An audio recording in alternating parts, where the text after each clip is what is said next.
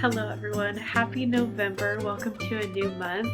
This is an extra little video for you guys because I am announcing something pretty fun that I think you're gonna enjoy. I decided to dedicate the month of November to nonfiction reads. If you've been around this channel for a little while, you know that I love a nonfiction book. One of the main reasons I got back into reading in 2020 was because I was learning a lot from nonfiction. So I thought that it would be fun to pay homage to some of my reading roots by dedicating this month to nonfiction and bringing you guys along and creating a little readathon of sorts. So, the goal: read as much nonfiction as we can during the month of November.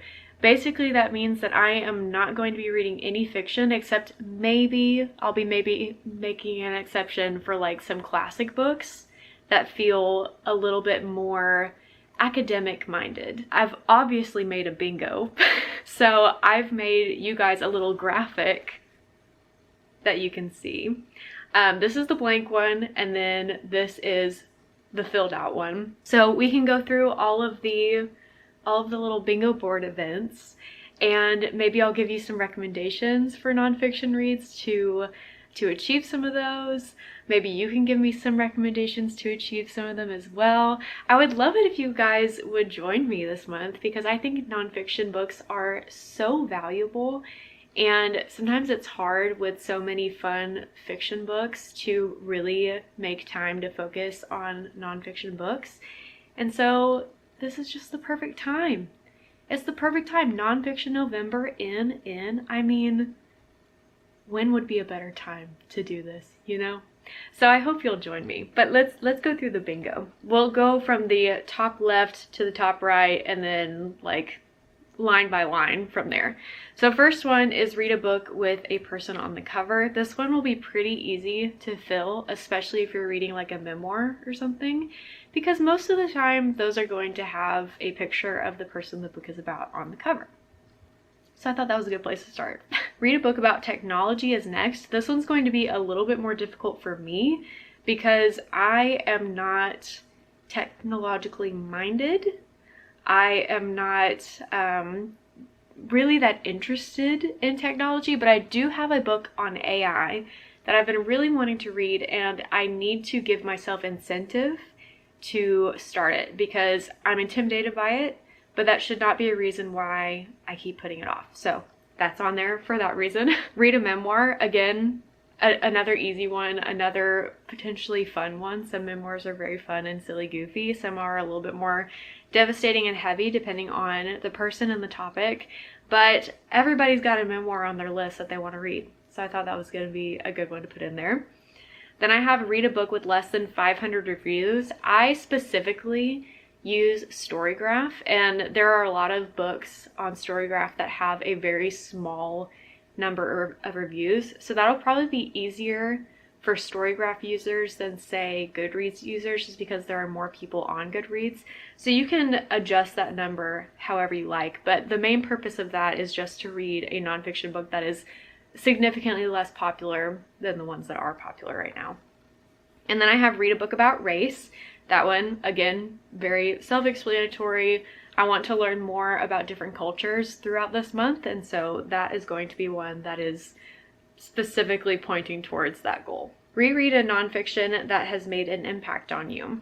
This is something that I always say I'm going to do and then just never make time to do it. And especially now that I have reached my reading goal, I've read 100 books this year, which was the goal. At this point, I don't need to worry about adding more books to reach that goal. Now I can just read whatever I want, and that includes rereads. So I think that this is a perfect time for me to reread a book, and hopefully it's a good time for you as well. Then I have read 5 nonfiction books. This one is just for the achievement of reading multiple nonfiction books in 1 month, because I've kind of been slacking in this area a little bit, and I know a lot of people who feel that way as well. So just having one event at least that has a number goal on there is going to help me quite a bit. Then I have read a book on your physical TBR. This one, I have so many options.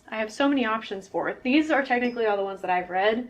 I have more on the bottom shelf. I don't know if you can see them where you're at, but This will be a good incentive for me to read what I already own. Read a book about feminism, another easy one. I'm a woman. I'm interested in learning about women and women's rights and feminism and all the things. So that's going to be probably an easy one for me to get to. Read the longest nonfiction on your TBR. That one's kind of scary because nonfiction books can get really, really long, and I think I do have one on my shelf that is approaching 600 pages. I don't know. We're not gonna look at that right now because that's scary, but that's on there. Then I have Find a New 5-Star Nonfiction. This one is fun because who doesn't want to find a 5-star book while they're reading? Read a book with an average star rating of less than 4. Self-explanatory. I want to find books that have not been widely loved to see if I might love them more than the average person. In the middle, I have Read a Classic, and this is where the fiction books come in. This is where you can make an exception and read something that's considered to be a classic. I think the book that I'm going to pick for this is probably Parable of the Sower by Octavia Butler, because I've been putting it off for a really, really long time. I started it a few months back. I say a few months back, but it's been probably more like a year, and I just wasn't vibing with it at all, and it felt very, very slow. So I feel like if I give it to myself to read in the month of November, maybe it'll be the perfect time, because it feels a little bit more academically written to me, or at least it did whenever I started it the last time. So that might be what I start for the classic, but I have a few other options that could fit that prompt as well. Read a book written by a BIPOC author. We always love to read people of color on this channel. I always like to try to diversify my reads however I can. So I always try to put something like that in my bingo boards so that I'm even more incentivized to read from authors from different backgrounds than I am. Read a book about another country, kind of same vibes. I want to diversify my reading. I want to read about different cultures. This event helps me achieve that. Read a book about books. This one's fun. I don't know if I have any on my physical TBR right now that fits that prompt, but I have several books on my mind that I know could fit that prompt, so maybe I'll just get one out of the library or something. Read a book about politics. This one's easy for me. I love a political read. That's a majority of what I read when I got back into reading in 2020. So it, again, feels kind of like going back to my reading roots a little bit. I have a bunch of unread political books on my shelves that I need to get to, so this just feels like it's time. Borrow a book from the library. Again, another easy one for me. I go to the library all the time, but I love to give you guys incentive to go to your library and support your local library, so that's going to be on here as well. This one's going to be hard for me. Talk to someone about what you're learning. I am very much an internal processor, but I know that once I start to verbalize my thoughts, that's when they solidify, and that's when I'm able to retain them the best. So I put this one on here as a challenge to myself to process out loud the things that I'm learning from my books with someone in real life. I will be sharing with you guys, which may or may not count toward this goal. I haven't decided yet, but I'll also probably be processing a lot of it with my husband or with my sister, with my friends. And this is going to push me to have those conversations and kind of open up a dialogue about what I'm learning. So hopefully I'll be able to achieve that one. I'm a little nervous about that. Read a book that was recommended to you. This one could be a book that was recommended to you by a booktuber. Could be recommended to you by any other online resource, or recommended to you by a friend or a loved one or whoever else, your librarian even. But this is another way to foster connection between readers, and I just think that's nice to have on here. Read a book that's been on your TBR for over a year. I have so many of those that I need to get through, so this is again giving me incentive to read books that I already own, books that I've been putting off for ages for various reasons, whether I'm intimidated by them, not as interested in them as some of my other books, or maybe it's just on a really niche topic that I'm not like really looking to learn about at the time. This prompt this is going to get me to those books. Read the shortest nonfiction on your TBR. Much like the prompt that makes us read the longest nonfiction, we have the shortest nonfiction on the TBR. And I think I have several that are under like 150 pages, maybe even shorter.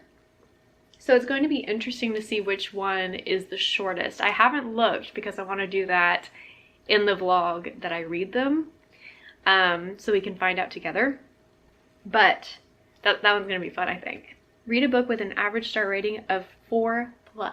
Again, self-explanatory. This one's just going to be widely loved. I have a feeling it's going to be a memoir, because oftentimes memoirs are rated very, very highly for good reason. They're very wonderful books, but it's probably going to be a memoir, and we'll find out together. Read a book with an animal on the cover. I thought this would be a fun one to have with read a book with a person on the cover and then have one with an animal on the cover.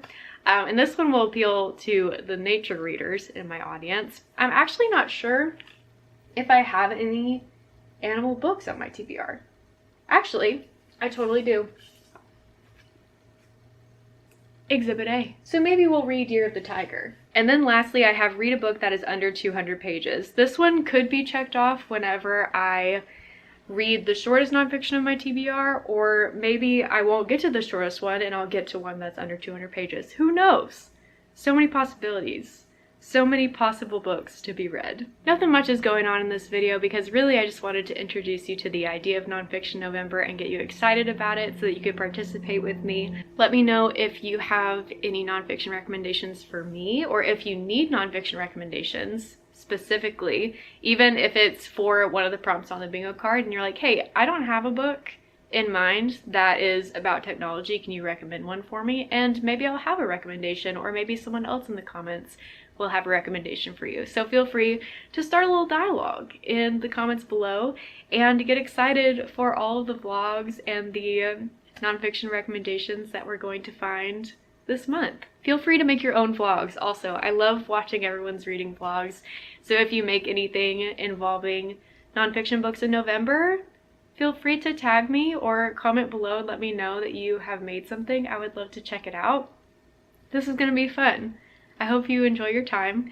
Subscribe if you want to join me on the journey. I typically post something every Thursday. I might upload a couple of extra vlogs this month if I have the time to crank a few extra out. But the typical schedule is every Thursday. So feel free to join us for that. Give this video a like if you enjoyed it, and I will see you next week for some nonfiction reads. Bye!